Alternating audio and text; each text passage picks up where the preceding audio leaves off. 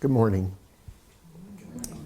First of all, happy Father's Day to all the dads, stepdads, grandfathers, and father figures here and those watching who speak into the lives of the children in your care, and we are grateful for you. And happy belated Juneteenth to our African American brothers and sisters whose presence continues to reshape this nation in beautiful ways despite the renaissance of racism in our nation. I'm going to begin with some breaking news today, and before you get too excited, it has nothing to do with politics or world events, at least not anything that will make the news or trend on social media. The news is that if you're here in this room or you're watching online and you're hearing this message, congratulations, you have made it to June 21st, 2026. You're here and you're alive. And the reason that fact is significant is because it wasn't a guarantee that you would be here. There are hundreds of thousands of people who fully expected yesterday to be here and they are not. And June 21st, 2026 is a day we have never been to.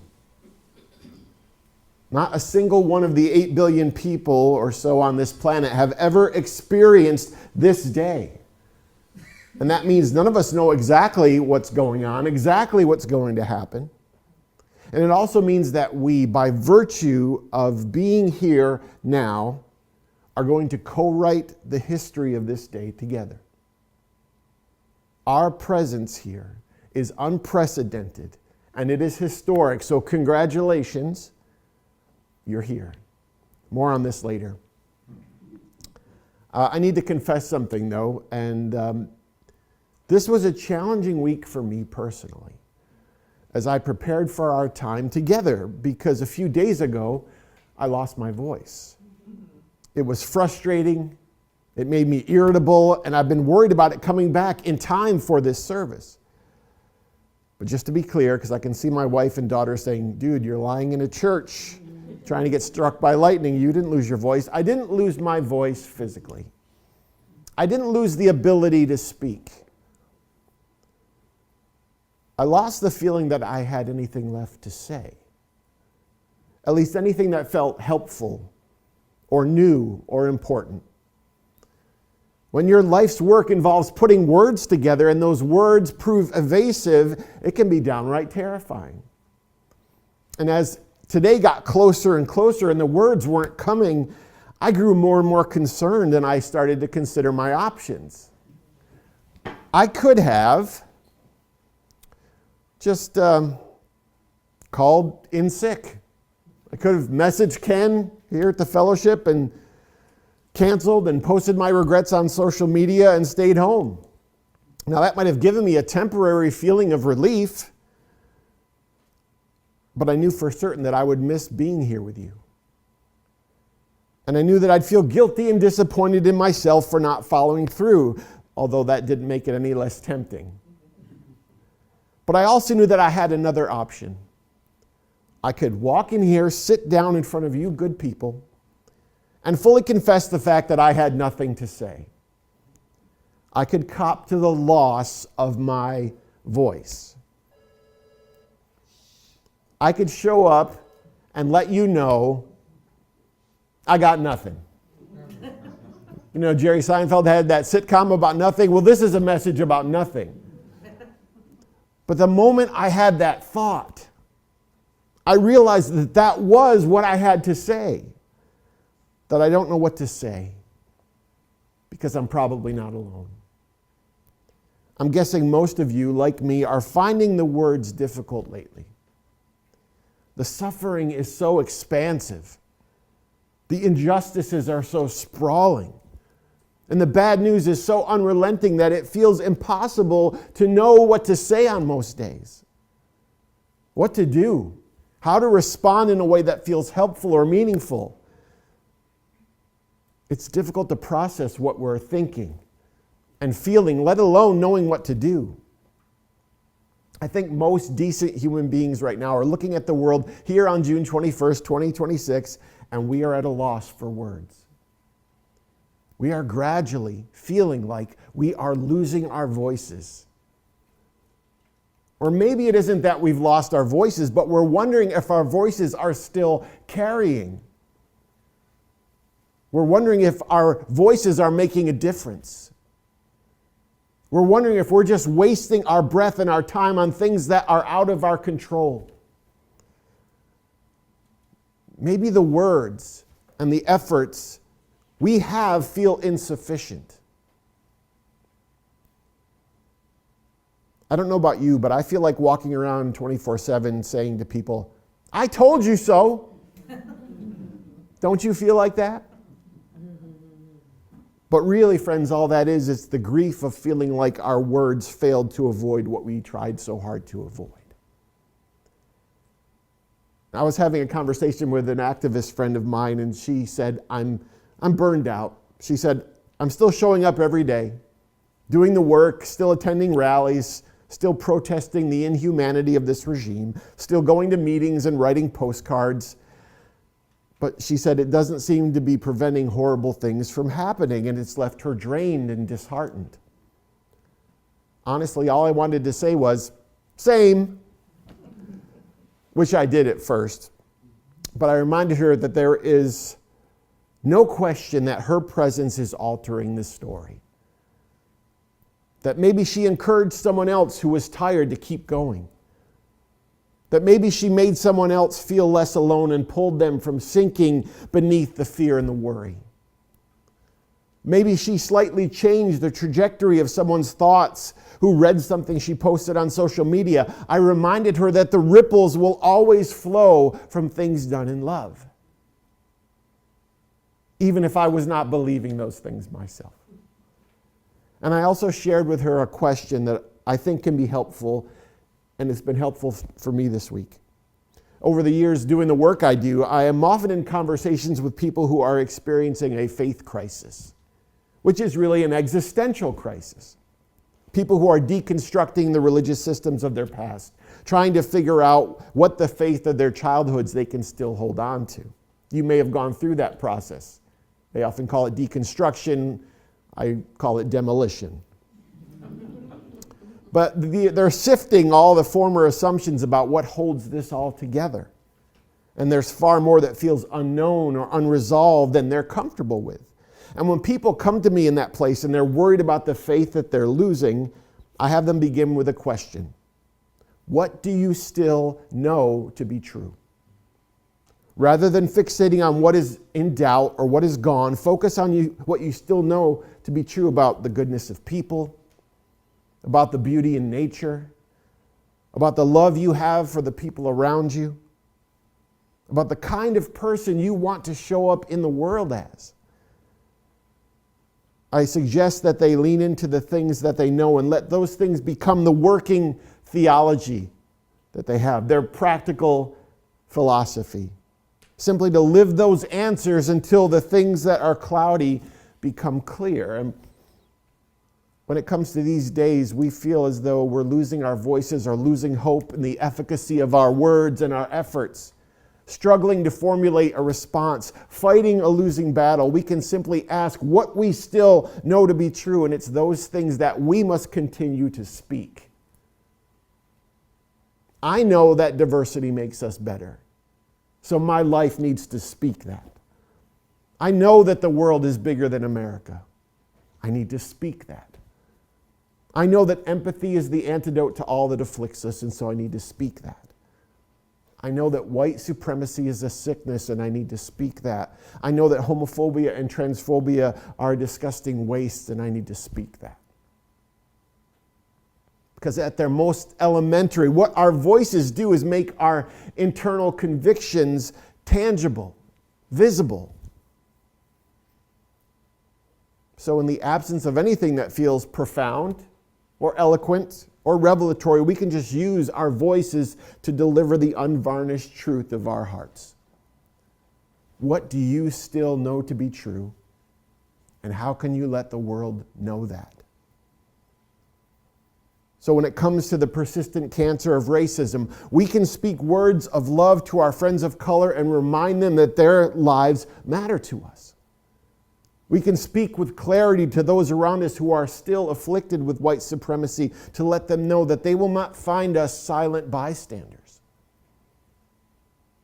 We can speak with our votes and our wallets to the politicians who are trying to silence the voices and votes of people of color. In the face of the trauma that our immigrant brothers and sisters are experiencing in their communities and at the border and in concentration camps, we can leverage our social media platforms to speak to the dignity of those who may not have had the good fortune to be born here. We can speak words of support and encouragement to people we know and to vulnerable people within our communities so that they realize the bigots do not represent us. We can raise our voices at town meetings and neighborhood conversations when dehumanizing rhetoric and dangerous stereotypes are thrown around. In a time when there are over 530 anti-LGBTQ bills being pursued through this country, we can use our voices to remind our LGBTQ siblings that they are loved without caveat or condition. We can lift our voices at family dinners and school board meetings and hallway conversations and social gatherings when dangerous stereotypes and toxic theology show themselves. We can speak all of these things. Our voices can declare that which we find beautiful and that which we will not abide.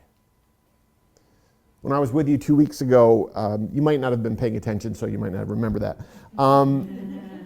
We talked about privilege. Privilege being currency that we can spend on behalf of those who have less of that privilege. And much of the spending of that currency is the raising of our voices in speaking when silence would be so much easier. And this will not always be comfortable, this using of our voices. It will not always come without turbulence. And it may not yield immediate results. The conflict that comes and the lack of quantifiable evidence of success may cause us to doubt whether our words matter. You may be doing that right now. I feel like nothing is changing in the world. I feel like nothing is changing with the people that I'm trying to speak into. That's not your job. The results are not your job. Your job is to speak the words of love.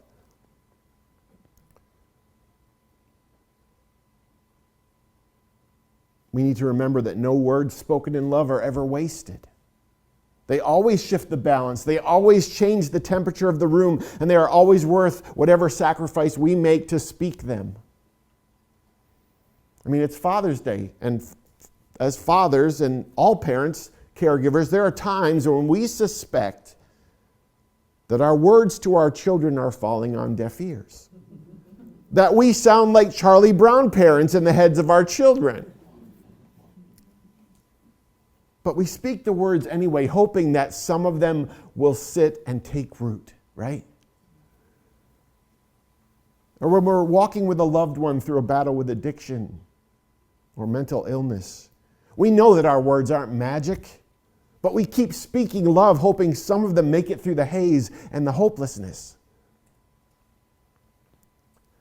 And there are times when we're having those difficult conversations with family members and friends, and the political and theological divide seems so great and the tribalism seems so thick that we're not being heard. But we persevere and we keep speaking. If not to change their minds, then to remind them of who we are. And there are times when we confront the bully, not to change the mind of the bully, but to remind bullied people that they are not facing their threats alone. 2026, June 21st, you're here and your voice can do these things.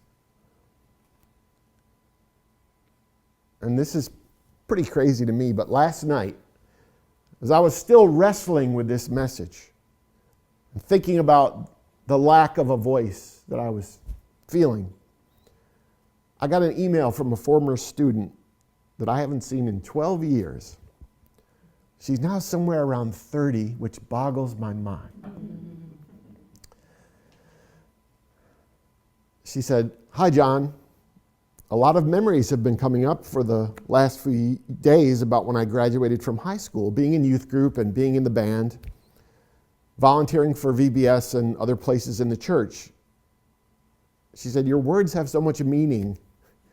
And for the first time in a long time, I'm grateful for social media. I thank you so much for everything that you did at our church, not only for me, but all of us struggling with crazy teenager situations. I applaud you for recognizing us all for the good we did and telling people that not all teenagers are a-holes.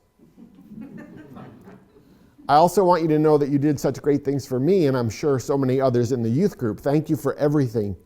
Keep speaking the truth, and know you are appreciated by the adults you helped see the light.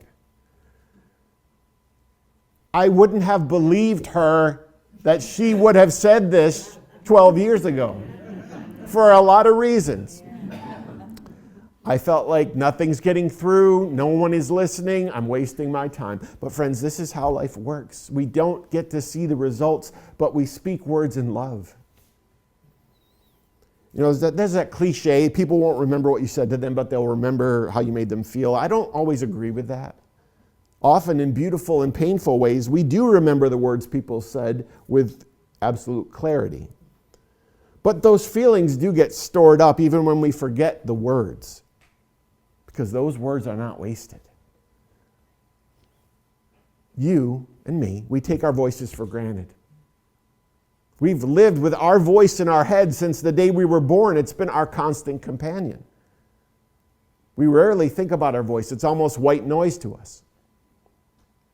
We use it lazily. We take it for granted. We easily forget the power we hold in our voices, the ways that our volume and our silences make a difference in this life to those close to us and those at a distance.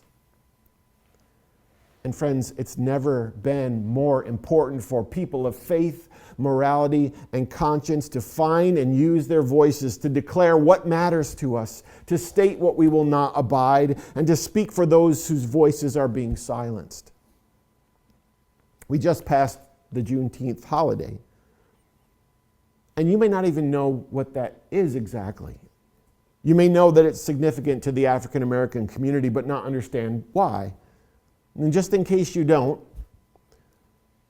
Juneteenth marked the day in June 19th, 1865, when federal troops arrived in Galveston, Texas, to declare the emancipation of all Americans, of every slave being freed.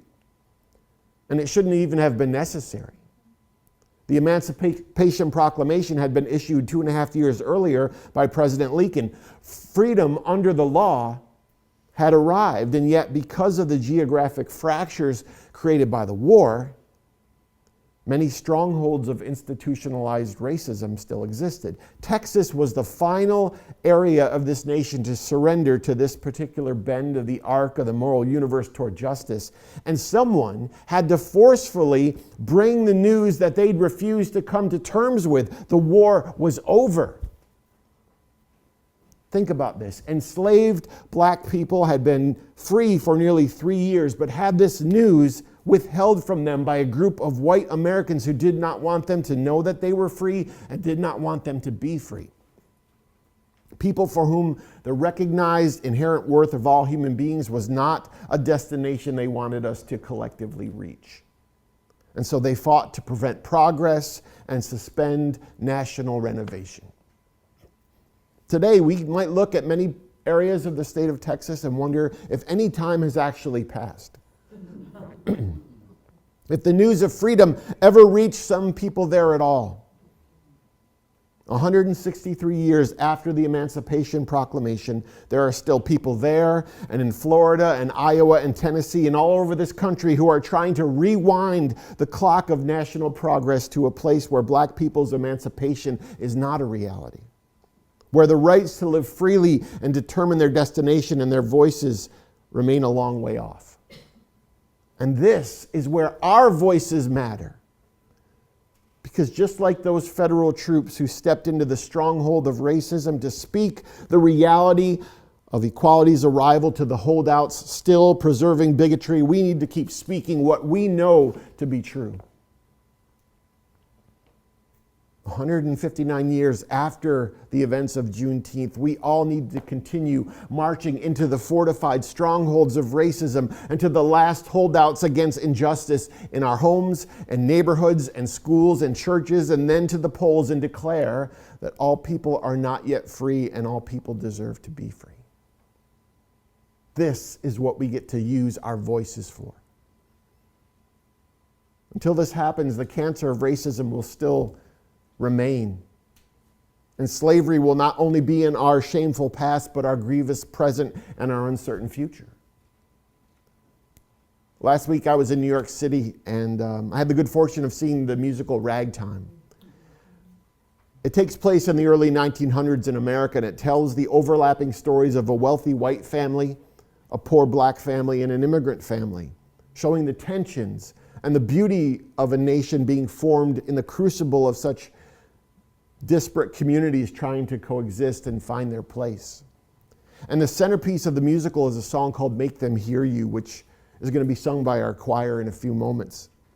It's a song of challenge for people to carry the story of those whose voices are currently being silenced, to make sure their memories and their work endures. It is a call to raise our voices so that people in the past are not forgotten and so their work continues. Some of the lyrics are this: go out and tell our story. Let it echo far and wide. Make them hear you. How justice was our battle and how justice was denied. Make them hear you. And to those who blame us for the way we choose to fight, that sometimes there are battles which are more than black or white. And I could not put down my sword when justice was my right. Make them hear you. And tell them in our struggle, we were not the only ones. Make them hear you. Friends, we who are here on June 21st, 2026, have inherited this place from the children and the activists and the caregivers and the soldiers and the helpers and the parents, ordinary people who would not allow themselves to become so despondent or so weary in their present circumstances that they stopped giving a damn or making a life or bending the moral universe toward justice in any way they were able. Because this is important. Anything that we feel we are losing or are in danger of losing is because someone stood up and spoke and fought so that we could have it to begin with. And now it's our turn.